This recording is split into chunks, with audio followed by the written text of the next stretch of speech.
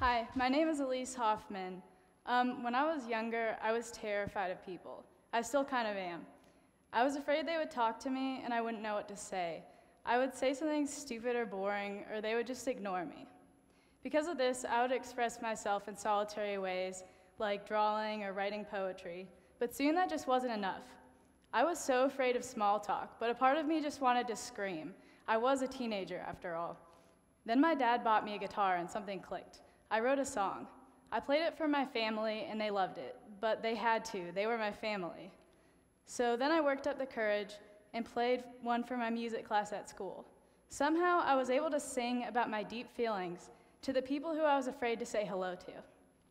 The addiction grew, and pretty soon even that wasn't enough. I joined a band with my high school friend and we started playing around Columbus. It was an amazing thing to be a 16-year-old and have a group of adults I didn't even know just stop and listen. Listen to what I had to say. It wasn't easy for someone like me to get that kind of respect from adults. I remember a time I just played a show at a bar, and afterwards this middle-aged man came up to me. It said something like, "Wow, I really felt that." Who would have thought that a 16-year-old girl could emotionally connect with someone so different from her? The only problem I seemed to run into was that all the shows available seemed to be mostly open mic coffee shops with only a few people watching, usually just playing for the employees since they can't leave, or playing at bars. At bars, we did get a big audience and even got paid, but being 16, none of my friends could ever come, and my parents didn't even want me to go unless they came with me. The music scene seemed to be an adults-only club, but that was about to change. When I was in high school, we had to have an internship that we went to every Wednesday. Since I was so into music, I wanted my internship to have something to do with that. I tried recording studios, but none could take me. I tried radio stations, but they all wanted college interns. Then I discovered the Columbus Music Co-op, an organization that promoted local music and also gave healthcare grants to uninsured local musicians, put on free workshops for musicians, and produced and created concerts and festivals. Their mission was to make Columbus a better place through music. They had never had an intern before, but they took me on as their first. It was really fun working with them. I got to do a lot of stuff I wouldn't normally get to do. At the time when I joined, they'd just made a local music compilation CD. Half of the bands were well-established Columbus musicians, and the other half were younger bands. And the CMC decided to have 2 release parties, one at a bar and one at a kid-friendly event, which ended up being the North Market. I got to help plan the kid-friendly event and had a really good time. I think this event helped spark the idea of a youth committee that was formed the following year. It started with me and Jen Ryan, a member of the CMC, but soon we got a few more people and went to work creating musical opportunities for the youth of Columbus. Our first event was an open mic. We advertised at our schools and in the community and ended up having a very successful event. We filled the whole place up with people and got to hear a lot of very talented young musicians. For the next event, we took it to the next level and decided to host a concert at Vets Memorial.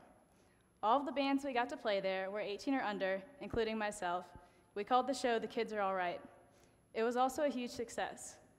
The Youth Committee intends to keep hosting events like these to continue getting youth involved in music and their voices heard.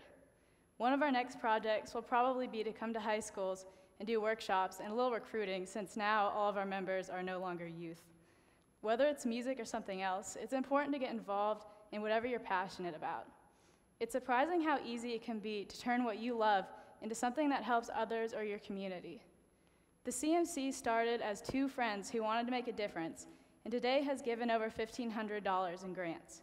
All it takes is just 1 or 2 people with the passion and the drive, and I see about 100 in this room just like that. It's also important to do it now. Don't think just because you're a kid you can't make a difference. Don't think you should wait until you're an adult. You don't reach a certain age and suddenly have everything figured out. Act now and show everyone that young people aren't apathetic and that we can come up with some great ideas to make Columbus a nicer place. And if music is your passion, feel free to come talk to me later about the committee. I'm gonna play a song now. It's like about a relationship like most songs, but it's also about if you don't do something to make your mark on the world, it's like you were never there.